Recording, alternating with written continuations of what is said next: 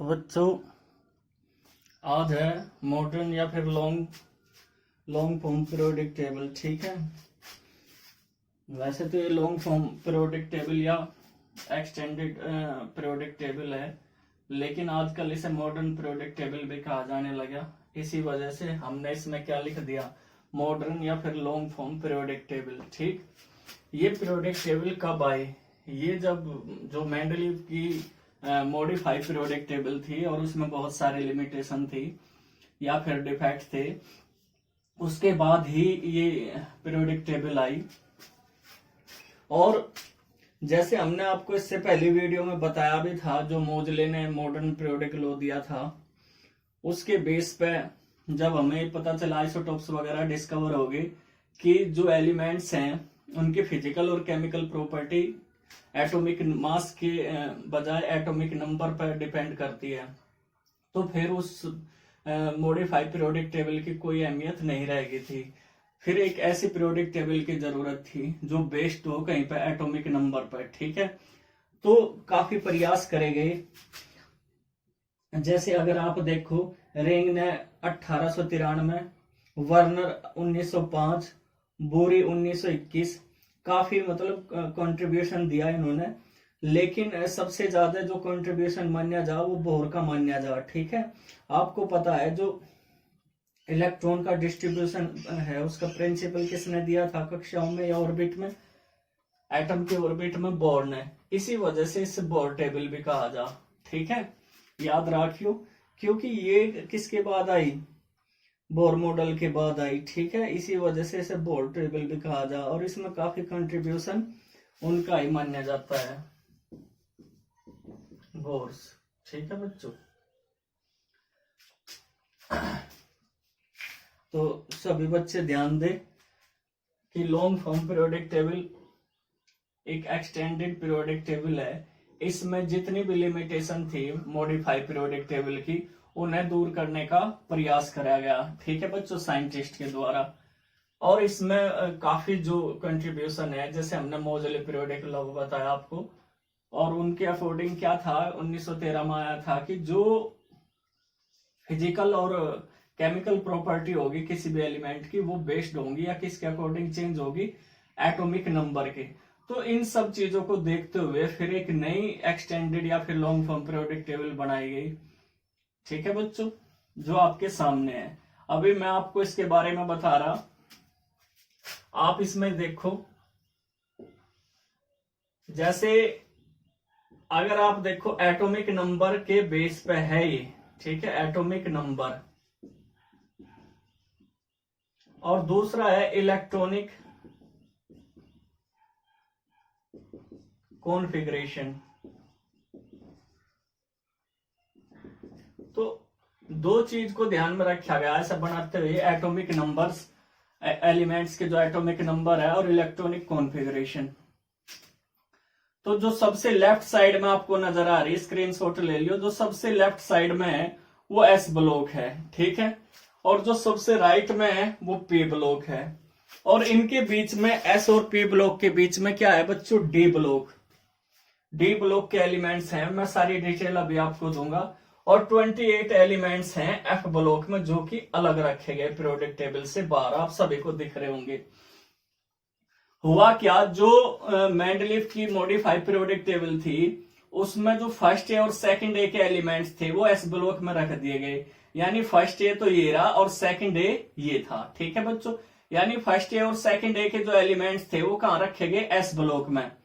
First A और second ए के elements कहां रखे गए? फर्स्ट ए और सेकंड ए के एलिमेंट्स, फर्स्ट ए तो ये रहा और सेकंड ए के रखे गए सेकंड ग्रुप में। तो फर्स्ट ग्रुप, सेकंड ग्रुप। अगर हम इनका नंबर भी बताएं, फर्स्ट यानी 1 2 3 4 5 6 7 8 9 10 11 12 13 14 15 16 17 और 18। ठीक है, और जो third A, fourth A, fifth A, sixth A, seventh A के एलिमेंट थे, थर्ड ए के रखे गए 13 में, फोर्थ ए के रखे गए 13 में रखे गए, थर्ड ए 14 में, 4 ए 15 में, फिफ्थ ए 16 में 6 थे, 17 में 7 थे, और जो 0 ग्रुप के एलिमेंट्स थे वो रखे गए 18th ग्रुप में। तो इस तरीके से आप देखो जो एस ब्लॉक में है वो फर्स्ट ए और सेकंड ए के एलिमेंट्स अरेंज करेंगे, और जो पी ब्लॉक है इसमें थर्ड ए से लेकर के 7th ए और 0 ग्रुप के एलिमेंट्स रखे गए। ठीक है, तो पी ब्लॉक में कौन कौन से रखे गए, थर्ड ए से लेकर के 7th ए और 0 ग्रुप। ठीक है बच्चों, ये रखे गए थे। ठीक है, तो मैं बार बार रिपीट कर रहा हूं, एस ब्लॉक में क्या रखा गया, फर्स्ट ए, सेकंड ए, और इसमें थर्ड ए से 7th ए और 0 ग्रुप के टोटल 6 ग्रुप इसमें प्रेजेंट है पी ब्लॉक में। जहां इस ब्लॉक में सिर्फ 2 ग्रुप हैं, वहीं पी ब्लॉक में आप देख लो कितने ग्रुप है, 1 2 3 4 5 6, यानी 1 2 3 4 5 6, टोटल 6 ग्रुप प्रेजेंट हैं। ठीक है बच्चों, इसमें कितने ग्रुप प्रेजेंट है, 2, और इसमें कितने ग्रुप प्रेजेंट है, पी ब्लॉक में 6 है। ठीक, और जो डी ब्लॉक है उसमें कौन से रखे गए, उसमें थर्ड बी। आप यहां एक चीज का नोट करिए, यहाँ पे फर्स्ट बी नहीं है, third B, fourth B, fifth B, sixth B, 7th B, 8th B. ठीक है, इस तरीके से रखे गए। फिर 8वां जो ग्रुप था वो रखा गया इस तरीके से, और फिर जाके फर्स्ट बी और सेकंड बी आता है, यानी थर्ड बी से शुरू हुआ ये, third B, fourth B, third B, fourth B, fifth B, sixth B, 7th B. ठीक है, ये फिर 8वां, जो 8वें में क्या थे, 3 वर्टिकल कॉलम थे वो रखे गए, और उसके बाद फर्स्ट बी और सेकंड बी इस तरीके से रखे गए।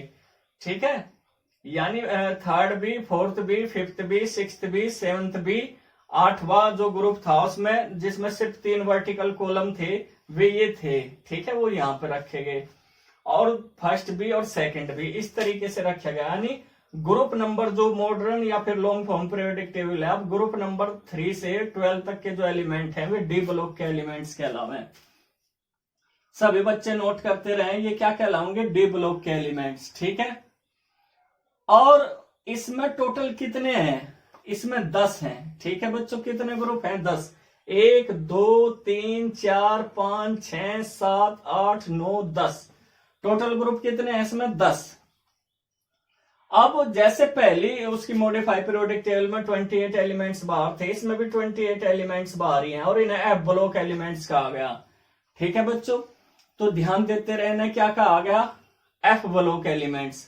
तो एस ब्लॉक एलिमेंट्स में 2 ग्रुप हैं, पी में 6 है, डी में कितने हैं बच्चों, डी में 10 है, और इसमें कितने हैं, एफ में 28 एलिमेंट्स। ठीक है,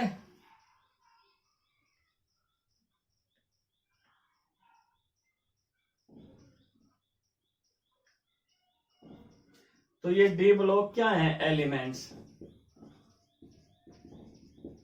ठीक है, तो सभी को दिख रहा। अब मैं आपको बताऊं, जो एस ब्लॉक के एलिमेंट्स हैं, एस ब्लॉक के एलिमेंट्स हैं, इसमें सारी की सारी मेटल हैं। अगर मैं आपको बता दूं कि एस ब्लॉक में क्या है, सारी मेटल है, तो डी ब्लॉक में भी सारी की सारी क्या है, मेटल। इसमें एक्सेप्शनल केस ही याद रखियो, हाइड्रोजन है, इसकी पोजीशन हमने कहा था जस्टिफाई नहीं है, इसे छोड़ के। ठीक है बच्चों, ये सारे के सारे क्या हैं, एस ब्लॉक में भी मेटल है और डी ब्लॉक में भी मेटल है सारे।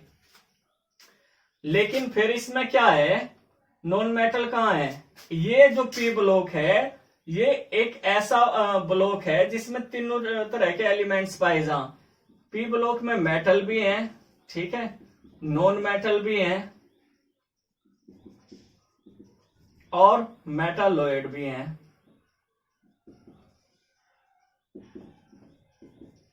तो तीनों ही तरह के एलिमेंट्स हैं इसमें। ठीक है, मेटल एक मात्र ब्लॉक ऐसा है कि जिसमें तीनों टाइप के एलिमेंट्स पाए जाएंगे, मेटल भी, नॉन मेटल भी और मेटालॉइड्स। इसके अलावा हाइड्रोजन को अगर छोड़ दे इस ब्लॉक में, सारे के सारे मेटल हैं। एफ में भी सारे क्या हैं, मेटल हैं। ठीक है, याद रखियो, सारे के सारे क्या हैं, एफ में भी मेटल हैं। तो आप ये समझ लो कि जो पूरी की पूरी लॉन्ग फॉर्म पीरियोडिक टेबल है, जो 1984 में रिकमेंड करी थी किसने, आईयूपीएससी ने। ठीक है, ये आईयूपीएससी ने रिकमेंड करी थी और तब से यही चल रही 1984 में, ये भी याद रखियो। तो जो इसमें सबसे ज्यादा एलिमेंट्स हैं वो मेटल हैं 91। अगर आप देखो 118 में से 91 क्या है बच्चों, सिर्फ और सिर्फ मेटल हैं, यानी 91 मेटल है टोटल, ठीक है। और उसके बाद जो बच रहे उसमें मेटालॉइड भी हैं और नॉन मेटल भी हैं। अगर मैं आपको बताऊं मेटालॉइड कौन कौन से हैं, तो आप ये देखो boron, silicon, germanium, antimony, arsenic भी है, ठीक है बच्चों।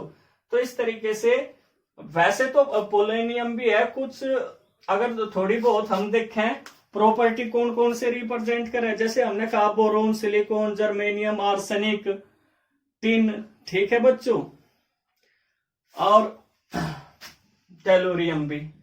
ये जो एलिमेंट्स हैं, ये जो हमने इसमें करे गोल गोल करे, ये क्या है बच्चों, ये मेटालॉइड्स हैं। क्या है ये मेटालॉइड्स।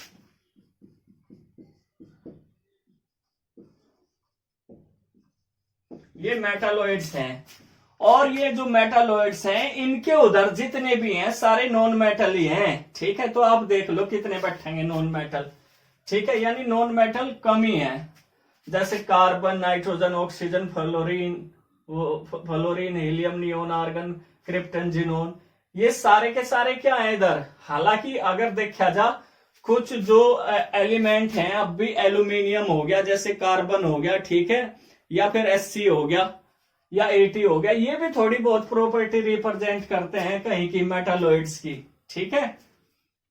लेकिन जो boron, silicon, germanium, arsenic, antimony और टेलोरियम वगैरह, पोलोनियम है, ये तो ज्यादा प्रॉपर्टी शो करते हैं, ठीक है बच्चों।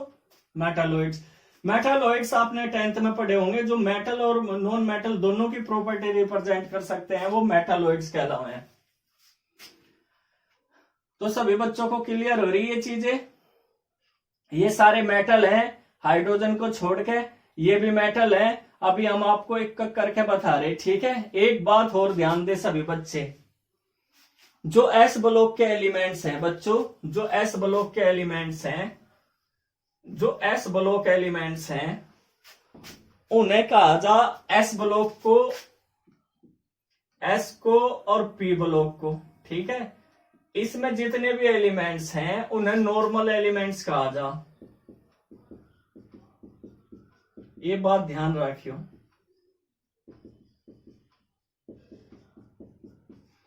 क्या कहा जा इन्हें, नॉर्मल एलिमेंट्स कहा जा।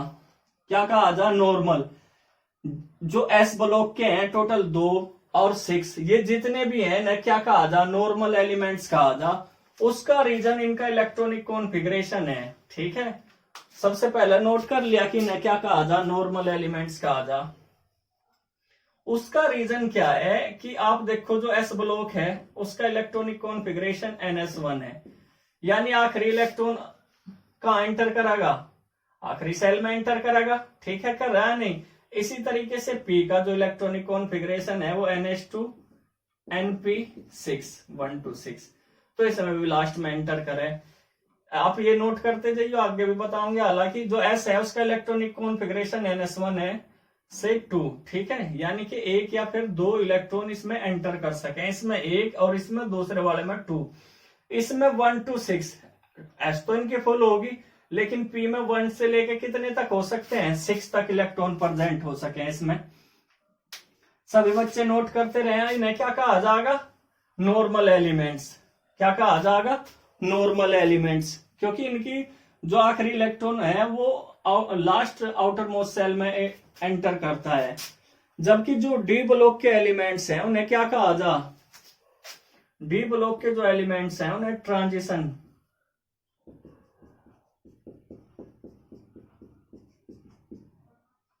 उन्हें क्या कहा जाएगा, ट्रांजिशन एलिमेंट्स, ठीक है, या ट्रांजिशनल एलिमेंट भी आप कह सको।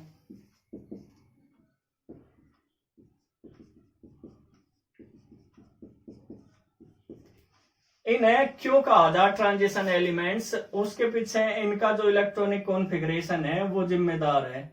जो इनका आखिरी इलेक्ट्रॉन एंटर करेगा वो आउटर मोस्ट सेल में नहीं करता, N-1 D 1 to 10 NS1 और 2, इनका जो लास्ट इलेक्ट्रॉन है जो बाहर से आएगा या जाएगा वो कहां से जाएगा, इनर आउटर मोस्ट सेल से जाता है। इसी वजह से इन्हें संक्रमण तत्व या ट्रांजिशनल एलिमेंट्स कहा जा, डी ब्लॉक के एलिमेंट्स को। ठीक है बच्चों, इन्हें क्या कहा जाएगा, नॉर्मल एलिमेंट्स, और इन्हें क्या कहा जाएगा, ट्रांजिशनल एलिमेंट्स। टोटल कितने हैं ग्रुप, 10 ग्रुप प्रेजेंट है। ठीक है, अब बारी आई एफ ब्लॉक एलिमेंट्स की। इन्हें क्या कहा जा, इनर ट्रांजिशन एलिमेंट्स कहा जा। क्या कहा जा बच्चों, एफ ब्लॉक के जो एलिमेंट्स हैं इन्हें इनर ट्रांजिशन एलिमेंट्स कहा जा। क्या कहा जा, इन्हें इनर ट्रांजिशन एलिमेंट्स कहा जा। क्यों कहा जा, क्योंकि इनका इलेक्ट्रॉनिक कॉन्फ़िगरेशन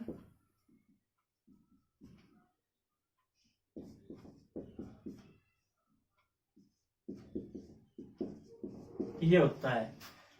सेकंड लास्ट में एंटर करेगा इनका एफ ब्लॉक में, ठीक है, सॉरी एफ ऑर्बिटल में एंटर करता है। इसी वजह से इन्हें क्या कहा जा, इनर ट्रांजिशन एलिमेंट्स कहा जा।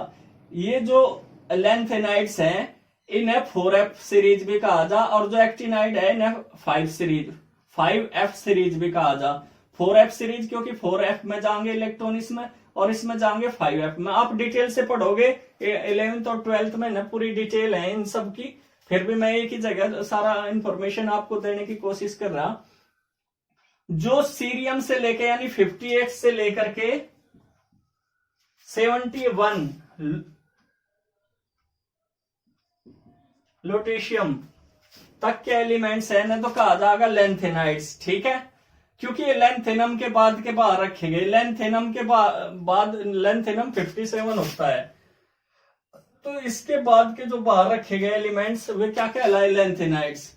और जो एक्टिनाइड्स है वो थोरियम से लेकर लोरेंसियम तक है, 90 से लेकर के 103 तक है। ठीक है, इन्हें क्या कहा जा, एक्टिनाइड्स। क्यों कहा जा, क्योंकि ये जो 89 है एक्टिनम इसके बाद के बाहर रखे गए।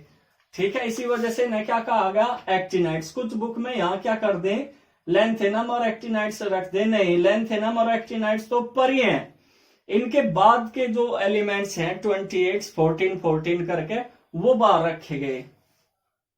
ठीक है बच्चों, इस चीज का आपको ध्यान रखना है बड़ी इत्मीनान से। तो इन्हें इनर ट्रांजिशन एलिमेंट्स भी कहा जा, या रेयर अर्थ मेटल्स भी कहा जा। ठीक है, आप देखते होंगे जो रेडियो एक्टिव एलिमेंट्स हैं सबसे ज्यादा वो एक्टिनाइड सीरीज में ही है। थोरियम देख लो, यूरेनियम वगैरह, नेपच्यून, सब इसी में ही है। ठीक है, तो इसमें मोस्टली जो एक्टिनाइड्स होते हैं यही क्या होंगे, रेडियो एक्टिव एलिमेंट्स होंगे। ठीक है, तो ये सारी चीजें आप नोट करते चले जाओ। तो इलेक्ट्रॉनिक कॉन्फ़िगरेशन के बेस पर और एटॉमिक नंबर के बेस पर इस पीरियोडिक टेबल को बनाया गया था। फिर हमने आपको क्या बता दिया, सारे ये भी बता लिया कहां कहां से किस तरीके से उठाए गए। तो इसमें आपने एक चीज नोट करी होगी, जहां उसमें फर्स्ट ए सेकंड ए यानी ए और बी सब ग्रुप थे, इसमें इस टाइप का कोई सब ग्रुप नहीं है। जो सब ग्रुप थे उन्हें अलग अलग ग्रुप में उठाकर रख दिया। टोटल इसमें कितने ग्रुप हैं, 18। और पीरियड अगर देखा जाए, पीरियड कितने हैं इसमें, 7 पीरियड है बच्चों। कितने पीरियड हैं इसमें टोटल, आपके सामने है 7 पीरियड है। ठीक है, इन पीरियड और ग्रुप के बारे में हम आपको अलग से भी डिटेल देंगे, फिलहाल ये देख लो। ठीक है, इसमें सिर्फ 2 हैं। फर्स्ट पीरियड में सिर्फ कितने एलिमेंट्स हैं, 2। इसी वजह से इसे वेरी शॉर्ट पीरियड भी कहा जा। और जो सेकंड पीरियड है आपको दिख रहे होंगे 2 ये रे और 6 ये रे, 8 हैं। 8 एलिमेंट थर्ड पीरियड में आपको दिख रहे होंगे बिल्कुल। ठीक है, तो इसे क्या कहा जा, शॉर्ट पीरियड। सेकंड और थर्ड को शॉर्ट पीरियड कहा जा। और फोर्थ और फिफ्थ में कितने हैं, 18 एलिमेंट्स हैं। आप देख लो, आप गिन के देख लो, 1 2 3 4 5 6 7 8 9 10 11 12 13 14 15 16 17 18। तो आपने अभी देखा कि जो फोर्थ और फिफ्थ पीरियड है उसमें कितने हैं बच्चों, उसमें 18 एलिमेंट्स हैं। इसी वजह से उसे लॉन्ग कहा जा, लॉन्ग पीरियड। क्या कहा जा, लॉन्ग पीरियड। जो छठा है उसमें 32 है। ठीक है, आप सोच रहे होंगे सर ये तो हमें 18 ही दिख रहे, 18 दिख रहे ना। 57 से आगे के जो लेंथेनाइड्स है वे भी तो ऐड करो इसमें, 18 प्लस 14 कितने होंगे? 32 हो गए या नहीं हो गए? ठीक है, तो इस तरीके से आप देखो, इसमें जो 6th पीरियड है इसी में काउंट होते हैं ये भी। तो कितने होंगे बच्चों? ये 32 एलिमेंट्स हैं 6th पीरियड। 7th पीरियड अभी इनकम्प्लीट है, हालांकि अब इसमें भी 32 के आसपास हो चुके, ठीक है, लेकिन फिर भी से इनकम्प्लीट पीरियड कहा जा। तो पहला पीरियड वेरी शॉर्ट, सेकंड और थर्ड शॉर्ट पीरियड, फोर्थ और फिफ्थ लॉन्ग पीरियड, और 6th क्या है? वेरी लॉन्ग या फिर लॉन्गेस्ट पीरियड, और 7th है इनकम्प्लीट पीरियड। ठीक है, तो इसमें कोई भी सीरीज इस तरीके से नहीं है जो उसमें थी सब ग्रुप ए और बी। और इसमें एक चीज और बताओ, उसमें इवन ओड सीरीज थी, यानी 10 रोज थी। इसमें 10 नहीं है, इसमें 7 रो ही है, पंक्ति 7 ही है इसमें। ठीक है, तो ये सारी चीजें आप नोट करते रहो। अब जैसे जैसे आप पढ़ोगे, इसके पीरियोडिक फंक्शन पढ़ोगे, जैसे वैलेंसी हमने बताया, ठीक है, जैसे आयनाइजेशन एंथैल्पी आप पढ़ोगे, एटॉमिक रेडियाई पढ़ोगे, ये सारी, जैसे एटॉमिक रेडियाई पढ़ोगे तो atomic radii left to right जब हम जाएंगे पढ़ाऊंगे आपको अलग से, तो आप देखोगे डिक्रीज होगी। एटॉमिक रेडियाई यानी एटम का साइज लेफ्ट टू राइट जाने पे क्या होगा? डिक्रीज होगा। आप देख लो कितने सिस्टमैटिक पीरियोडिक टेबल है। आयनाइजेशन एंथैल्पी क्या होगी? इंक्रीज होगी। ये सारे हम अलग से बताऊंगे आपको, बहुत इंपॉर्टेंट टॉपिक है, फिर भी देख लो। ये क्या होगी? लेफ्ट टू राइट जाने पर आयनाइजेशन एंथैल्पी इंक्रीज होगी। इलेक्ट्रॉन गेन एंथैल्पी भी इंक्रीज होगी। इलेक्ट्रोनेगेटिविटी भी लेफ्ट टू राइट जाने पर इंक्रीज होगी। तो बिल्कुल आप देखोगे किसी भी ग्रुप में अगर हम अपवर्ड टू डाउनवर्ड जा रहे हैं तो बिल्कुल सिमिलर प्रॉपर्टी है।